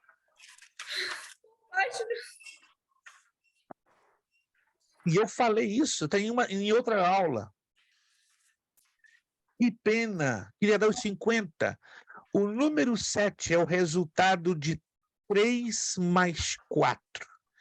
3 aponta para o céu. Pai, Filho e Espírito Santo. 4 aponta para a terra. Norte, sul, leste, oeste. Lembraram-se ou não? Não. Ah lá, a Abissai se lembrou. Não falou isso, não. A Abissai Não anotei, confirmou. A Abissai, não. Falou, a Abissai se falou. lembra lá. Falou? Falou. Veja no Falou. vídeo. Eu sei que estou falando, gente, porque está aqui, eu notei. É terra, gente. então pode repetir? O número 7 é o resultado de 3 mais 4. 3 aponta para o céu. Pai, Filho e Espírito Santo. 4 aponta para a terra. Norte, sul, leste, oeste.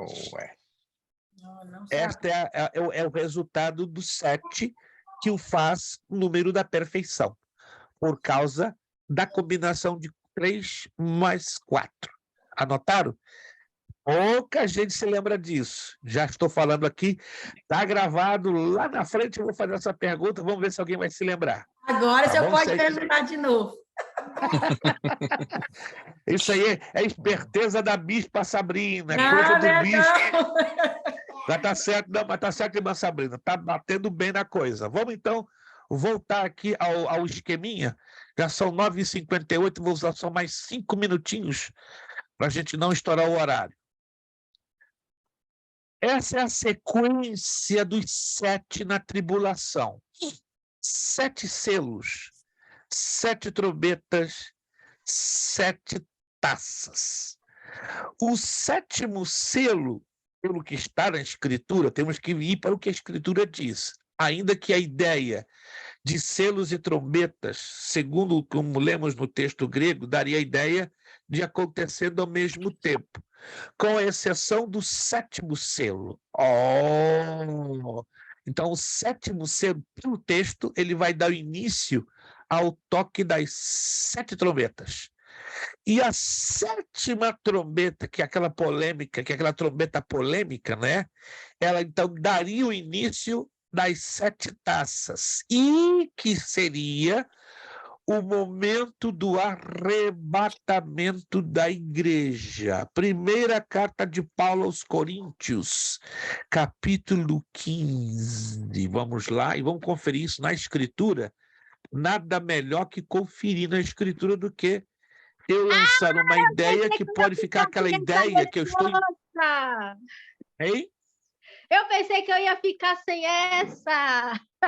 Primeira carta de Paulo aos Coríntios, capítulo 15. Essa é a torcida da irmã Ana Lu Couto. Quem não conhece, vai ali no New Jazz, que a torcida é grande no planeta. 1 de Coríntios 15, 51.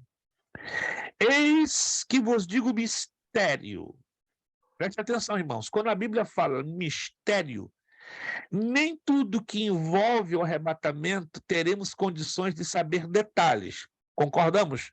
Que mistério quer dizer algo que não está plenamente explicado ou esclarecido. Mas Paulo dá dicas. Eis que vos digo mistério, nem todos dormiremos, ou seja, nem todos estaremos mortos, mas transformados seremos todos. Verso 52. No momento, no grego está plenos átomos, no abrir e fechar de olhos, ao ressoar da última.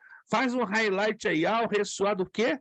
Da quarta, da primeira, da segunda, da quinta, da terceira trombeta. Qual é a trombeta? Da 7ª.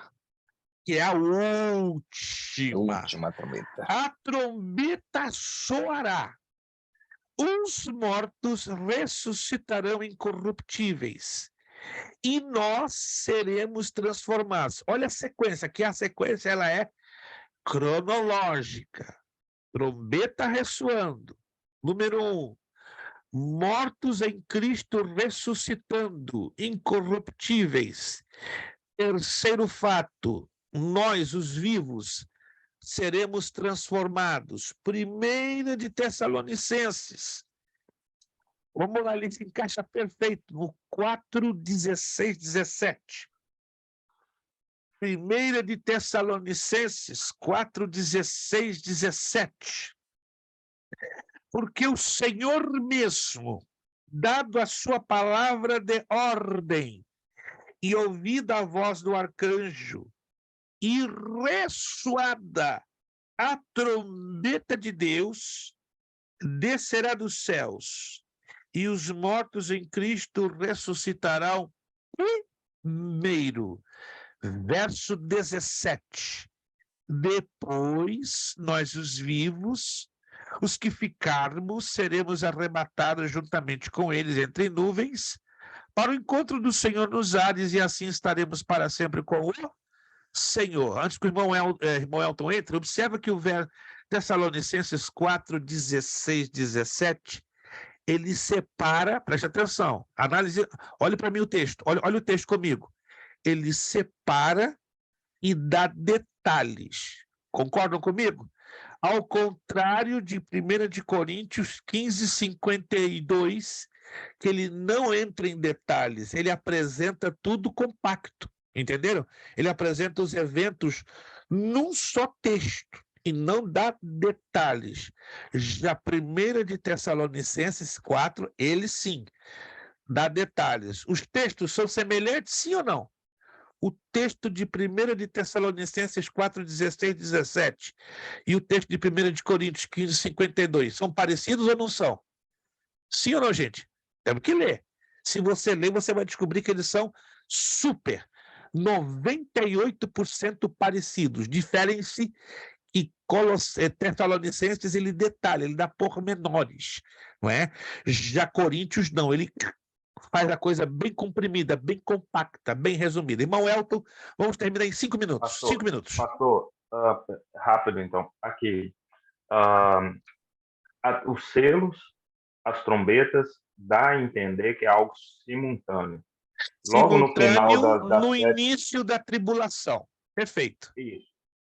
Logo no final da trombeta, da sétima, se dá o arrebatamento e as taças. Então, aí há uma lacuna e um espaço. Por que o Senhor disse que nós veremos o início, estaremos como o povo do Egito lá, que estava acontecendo nas catástrofes, e nós abençoados por Deus através do Espírito Santo, da graça imerecedora. Desta lacuna, curiosamente, o livro do Apocalipse não trabalha com detalhes.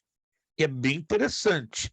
Ainda que dê os fatos, e vamos aqui rapidinho para fechar, e eu vou desenvolver isso na próxima aula, tá?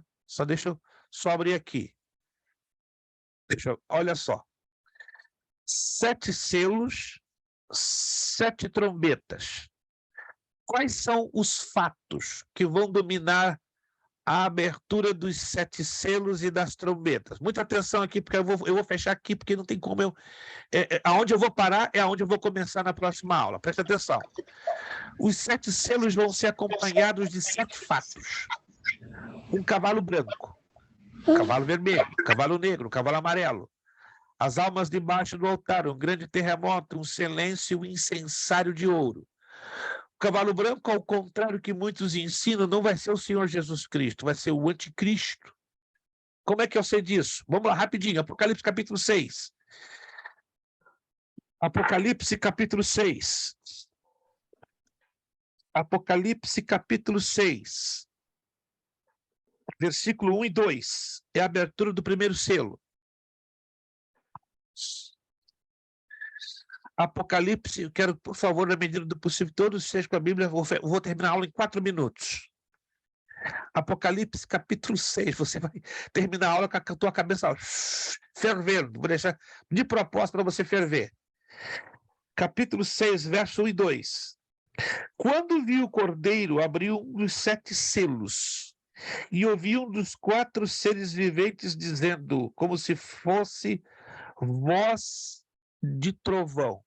Lembrando que esses 4 seres viventes são 4 querubins. Yep. São 4 querubins. Os mesmos querubins que se apresentaram a Ezequiel lá no rio Quebar. Com cara de leão, lembram-se? Com cara de leão, com cara de boi, com cara de anjo e com uma cara de águia. Estão lembrados? Ou não? Agora, presta atenção. 4 querubins. Um com cara de leão, um com cara de boi, o outro com cara de anjo e outro com cara de águia. Para pensar. O que significa esses querubins? A proclamação dos 4 evangelhos. Ou seja, que a revelação do arrebatamento está sendo conhecida em todo o planeta. Meu Deus, que coisa tremenda. Vamos lá. Isso aqui tem uma profundidade maravilhosa. E vi, e então eis que um cavalo branco, verso 2, Apocalipse 6:2, e o seu cavaleiro com um arco, e foi-lhe dado uma coroa, e ele saiu vencendo e para vencer. E aí, os pastores de hoje, alguns batem na tecla. Jesus, esse cavaleiro é Jesus. Não é Jesus coisa nenhuma. Vamos raciocinar biblicamente? Temos que raciocinar biblicamente. Não pode ser Jesus. Não é Jesus, porque Jesus veio no cavalo branco. O anticristo também vai vir no cavalo branco, porque cavalo branco fala de paz, fala de diplomacia, fala de harmonia. Então o anticristo vai trazer o quê? Harmonia no mundo quebrado e caótico. Presta atenção, o branco fala de paz, harmonia, restabelecimento da ordem. Mas como eu sei que é o anticristo? A ele foi dado um arco. Presta atenção comigo, vou terminar em 2 minutos. Arco. Arco fala de batalha. Mas a batalha nos tempos antigos, a Grécia e Roma, os soldados portavam arco e que mais? Flecha. E onde está a flecha? Porque a flecha fala de sangue, morte. Mas ele só está com arco. O que é o arco? Diplomacia. Conquista através da diplomacia, lábia.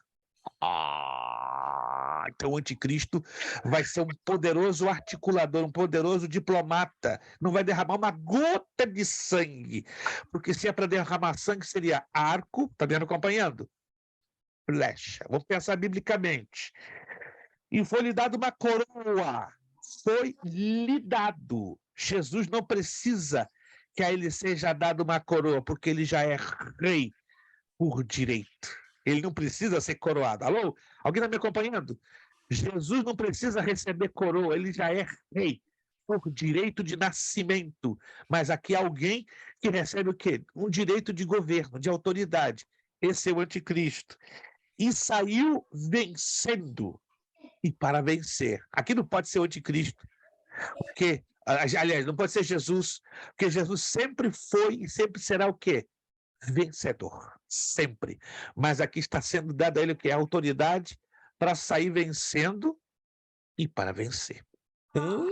Pastor, e eu estou cansado de ler livros de teologia que afirmam que esse primeiro cavaleiro é o anticristo. Eu posso te recomendar em uns 10 livros que você vai ler direitinho. O anticristo é o primeiro cavaleiro. Opa! Então, o negócio está ficando interessante. Deixa eu fechar aqui, então, o segundo selo e aí terminamos. Vamos como avançar.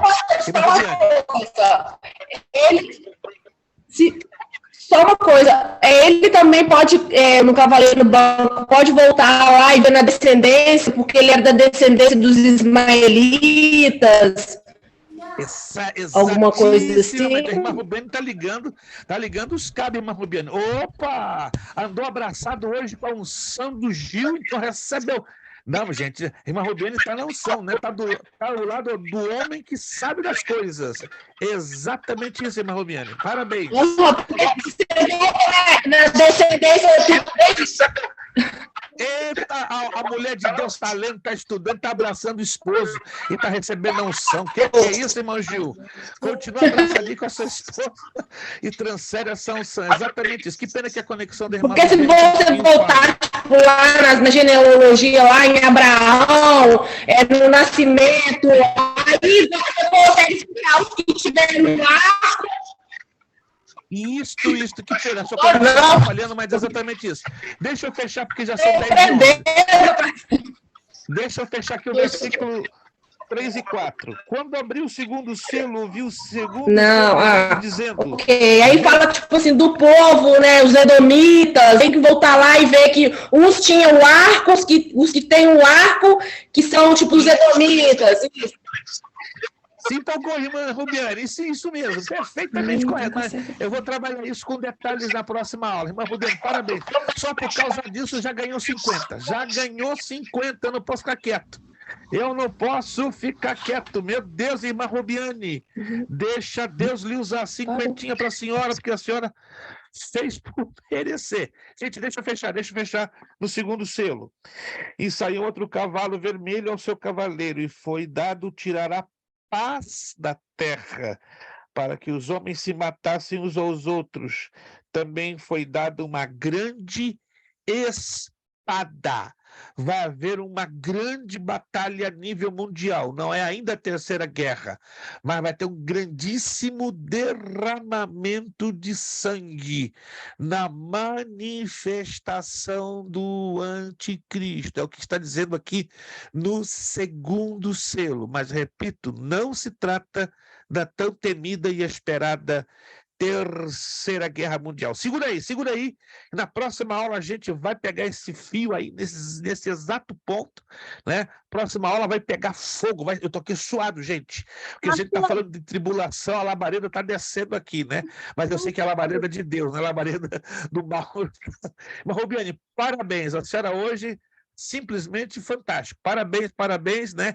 É o que dá caminhar com Gil Grijó. Caminhar com Gil Grijó e com Jesus de Nazaré só dá isso. Gente, vamos terminar nossa aula. Nós passamos muito do horário, nos perdoem, mas o negócio ficou quente hoje. Irmã Ana Lu, para dar o fechamento, para terminar. Fechamento para fechar é que o senhor estava falando de 1 Coríntios, o senhor foi para o Tessalonicenses para o senhor dar aquela explicação. E aí o irmão Elton entrou no meio, já jogou o senhor lá no Apocalipse 6 e nós não fechou, o senhor não deu resposta. A próxima aula, então. Não, vamos fechar, calma, tranquilo. Isso aqui é uma montagem. Isso aqui é um quebra-cabeças maravilhoso. A gente não fecha assim, num estalar de dedos, não. A gente vai fechar e foi tudo de propósito, tanto permitido por Deus, como movido também pela orientação que eu estou tendo da parte de Deus para a gente deixar a coisa bem alinhavada, bem concretizada, bem amarradinha. Gente, vamos agradecer a Deus em oração? Meu Deus, 10h15. Se deixar, a gente vai até meia-noite. Deixa eu perguntar a vocês, Deus nos ministrou alguma coisa nessa noite, através da sua palavra? Ele nos ministrou? A mim ele ministrou. Se ministrou a você, não ministrou a você, eu vou ter que orar para Deus te tirar o sono. Eu sei que a irmã Ana Lu vai para a cama com uma incógnita do tamanho de um bonde, mas na próxima aula vai estar tudo fechadinho. Eu já esperava que a coisa chegasse a esse ponto. Vamos agradecer a Deus? Vamos pedir nosso irmão Leandro Bonjour, né? Ele é bonjour porque é bom dia, mas ele vai dar bonsoir, boa noite. Com uma palavra de oração, né? Ele vai estar então agradecendo pastor, a Deus. Sim. Passa para o próximo aí, pastor. Passar para o próximo, tá bom. Vou passar para o Abissai. Abissai está ali, ó, mais concentrado que suco de caju no fundo da garrafa. Abissai, parabéns. Abissai também, com esse escritório bonito aí. Ih, meu Deus, eu estou numa inspiração só. Irmão Abissai, então, vai estar agradecendo pela aula de hoje. Obrigado, irmão Elton. Irmã Bernadette, firme e forte, né? Tomou um cafezão, está aguentando ali. Irmã Rubiane, irmão Gil, parabéns. Continuem assim, gente. Irmã Sabrina, não vi hoje o pastor Anderson, que pena, ou ele está aí no cantinho, não pode vir hoje, que pena, situações do trabalho. Obrigado, irmã Sabrina, irmã Angelina, irmã Amanda, tá ali o pastor, apareceu como abortivo. Obrigado, Abissai, irmão Leandro, irmã Ilana, que hoje não apareceu por razões. Dali, irmã Ilana gosta de ficar escondidinha. Irmã Ana Lu, Deus abençoe. Abissai, nos despedindo com uma palavra de oração. Deus os abençoe. Preparem-se, a próxima aula vai ser para tirar o fôlego e tirar o sono. E a irmã Ana Lu não vai ficar sem o fechamento desta questão. Abissai, por favor, nos despedindo com uma palavra de oração. Oremos. Bondoso Deus eterno Pai, somos gratos a Ti, ó Deus, por esse momento mágico que passamos aqui reunidos com nossos irmãos em Cristo, aprendendo sobre a Tua palavra, Pai. Obrigado por ter capacitado o pastor Luiz Prestes, professor que tem se dedicado a sua vida a ensinar nós a amar sobre a Tua palavra, Pai. Despede-nos em paz agora, Deus. E que possamos ter uma noite tranquila e possamos praticar e cada dia mais buscar a tua face, ó Pai. É o nosso pedido e a nossa gratidão em nome de Jesus. Amém.